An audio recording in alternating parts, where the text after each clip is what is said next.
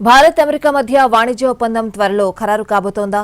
ఈ ట్రేడ్ డీల్తో భారత్పై ట్రంప్ టారిఫ్లు భారీగా దిగొస్తాయా? ప్రస్తుతం ఇలాంటి సంకేతాలే వస్తున్నాయి. ఇండియా అమెరికా మధ్య వాణిజ్య ఒప్పందం జరిగితే ప్రస్తుతం 50% ఉన్న టారిఫ్లు 15 నుంచి 16% తగ్గే అవకాశం ఉంది. ఈ ఏడాది ఏప్రిల్లో ఇతర దేశాలతో పాటు భారత్పై ట్రంప్ 25% ప్రతీకార సుంకాలు విధించారు. ఆ తర్వాత రష్యా చమురును కొనుగోలు చేస్తోందన్న కారణంతో అదనంగా మరో 25% టారిఫ్ వేశారు. దీంతో మొత్తంగా ప్రస్తుతం భారత్ నుంచి అమెరికాకు దిగుమతయ్యే వస్తువులపై 50% సుంకాలు అమలవుతున్నాయి. ఈ టారిఫ్ల తగ్గింపు కోసం ఇరు దేశాల మధ్య సుదీర్ఘంగా చర్చలు జరుగుతున్నాయి. అయితే వ్యవసాయ ఉత్పత్తులు, ఇంధన కొనుగోళ్ల అంశాలు ఇందులో కీలకంగా మారాయి. తమ వ్యవసాయ ఉత్పత్తులకు భారత్ తలుపులు పూర్తిగా తెరవాలని ట్రంప్ పట్టుబడుతున్నారు. ఇందుకు ససేమిరా అనడంతో చర్చలు ఎటూ తేలట్లేదు.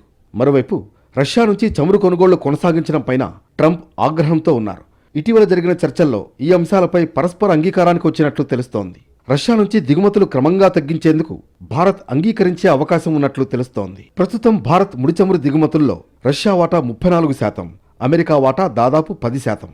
ఇక అమెరికా మొక్కజొన్న, సోయా మీల్ను కూడా భారత మార్కెట్లోకి అనుమతించే అవకాశాలు ఉన్నట్లు సమాచారం. ఇప్పటికే వాణిజ్య యుద్ధ పరిస్థితుల కారణంగా అమెరికా నుంచి మొక్కజొన్న దిగుమతులను చైనా తగ్గించుకుంది.